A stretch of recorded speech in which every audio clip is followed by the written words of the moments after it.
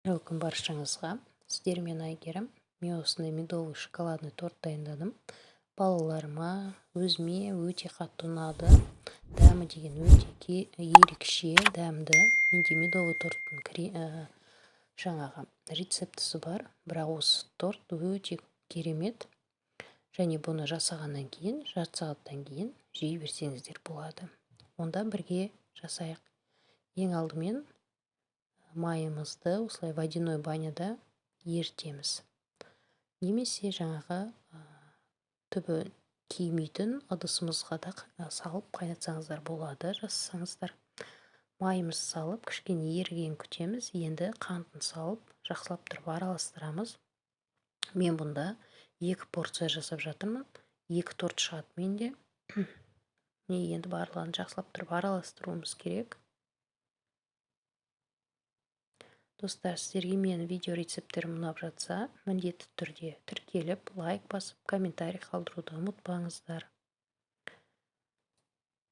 Міне майым және қантым араласты. Енді бал қосамыз. Балдың мен 2 түрін қосам. Біреуі мындай осы натуральный, міне қатты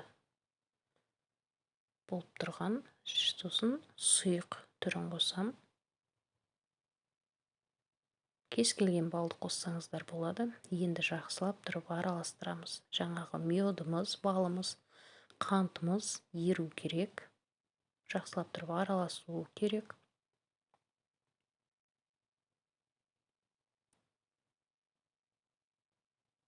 Осы тортты жасап көріңіздер, кеңес берем. Барлықтарыңызға ұнайтыны сенімдімін. Және бұл торттың ерекшелігі жаңағы қорыштарын табада пісіруге болады. Енді міне ас содасын қосамыз. Ас содасын қосып араластырамыз. Біздің массамыз ағарады. Реакция береді сода. Массамыз ағарады.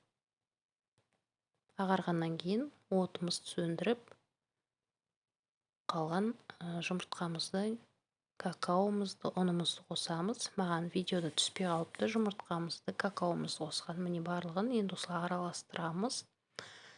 Және араластырып болғаннан кейін үстелдің жаңағы неміздің үстіне ұнымызды салып, тағы да міне осындай масса шыққанша араластырып аламыз. Қамырымыз қолға жабыспақ болады. Көп ұн салуға керек емес. Рецептісін описание бөлімінде қалдыратын боламын. Енді осылай салафанға салып, немесе мен сияқты пищевой пленкамен орап, холодильникқа жарты сағат немесе 1 сағатқа қойып қойсаңыздар болады.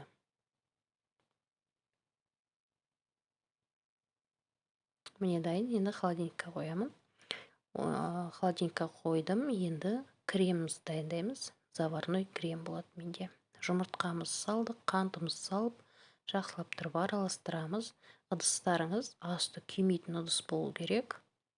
Күйіп кетпеу керек креміміз. Осылай араластырып аламыз. Енді крахмалымызды қосамыз. Крахмалымызды қосып, жақсылап тұрып араластырамыз. Комочек болмау керек. Крахмалды немесе шамал сүтпен де араластырып алып қойсаңыздар болады. Мен ванилин қостым.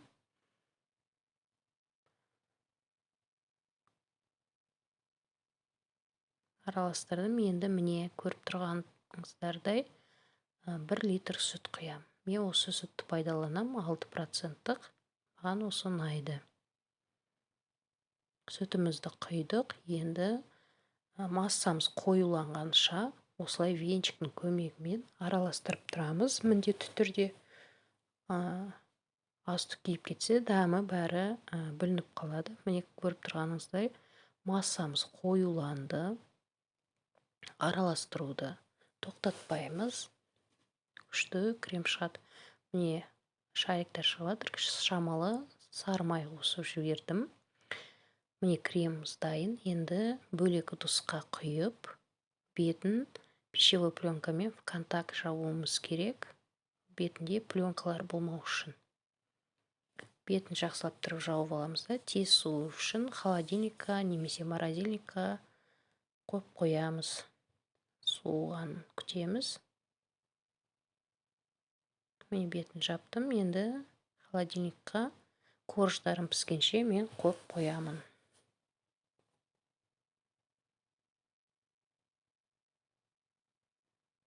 Енді мен корждарым міне қамырым дайын. Теңде 2 бөлікке бөлдім. Мен 2 торт пісіремін.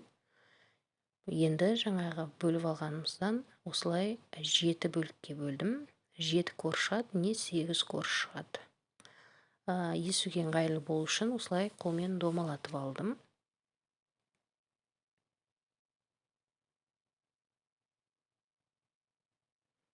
Енді астына ұн сеуіп, жұқалап, осылай есіп аламыз.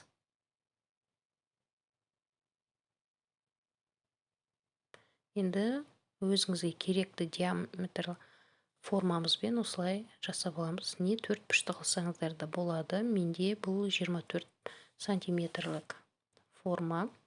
Вилканың көмегімен осылай барлығы шет жағына дейін бәрін басып шығамыз. Енді осыны